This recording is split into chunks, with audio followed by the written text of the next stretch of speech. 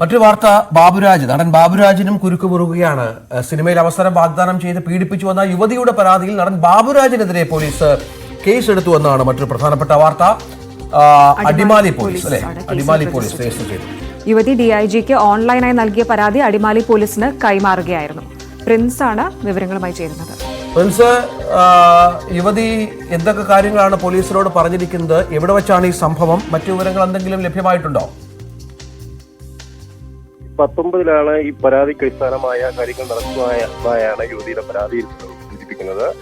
യുവതി ഡിഐജിക്ക് പരാതി ഓൺലൈനായി നൽകുകയായിരുന്നു. തുടർന്ന് ഓൺലൈനായി മൊഴി രേഖപ്പെടുത്തിയ ശേഷമാണ് അടിമാലി പോലീസ് കേസ് രജിസ്റ്റർ ചെയ്തിരിക്കുന്നത്, പരാതി സ്വീകരിച്ചിരിക്കുന്നത്.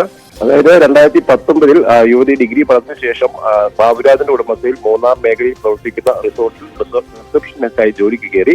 ഈ സമയത്ത് ഈ കാലയളവിൽ ഈ പ്രദേശത്തെത്തിയ ബാബുരാജ് പെരുന്നാൾ ആഘോഷത്തിനായി റിസോർട്ടിലെത്തിയ ബാബുരാജ് യുവതിയുമായി പരിചയപ്പെടുകയും തുടർന്ന് യുവതിക്ക് സിനിമയിൽ അഭിനയിക്കാനുള്ള മോഹം മനസ്സിലാക്കുകയും ചെയ്യുകയായിരുന്നു. അങ്ങനെ സിനിമയിൽ അഭിനയിക്കാനുള്ള അവസരം വാഗ്ദാനം ചെയ്തു. തുടർന്ന് ഒരു സിനിമയിൽ ഒരു ചെറിയ വേഷം നൽകി. ഇതിനുശേഷമാണ് ഈ പീഡനം നടന്നിരിക്കുന്നത്. അതായത് മറ്റൊരു സിനിമയുടെ ചർച്ചയ്ക്കായി ആലുവയിലെ വസതിയിലേക്ക് എത്തണമെന്ന് നിർദ്ദേശിച്ചു.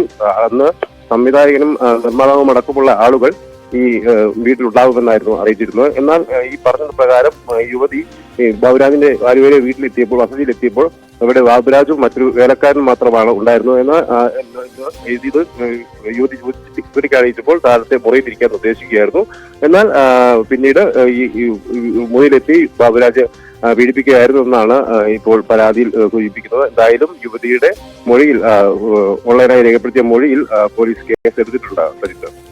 അതാണ് പ്രധാനപ്പെട്ട വിവരം. അതായത് ബാബുരാജനും കുരുക്ക് മുറുകുന്നു. ഓൺലൈനായി യുവതി പരാതി കൊടുത്തു.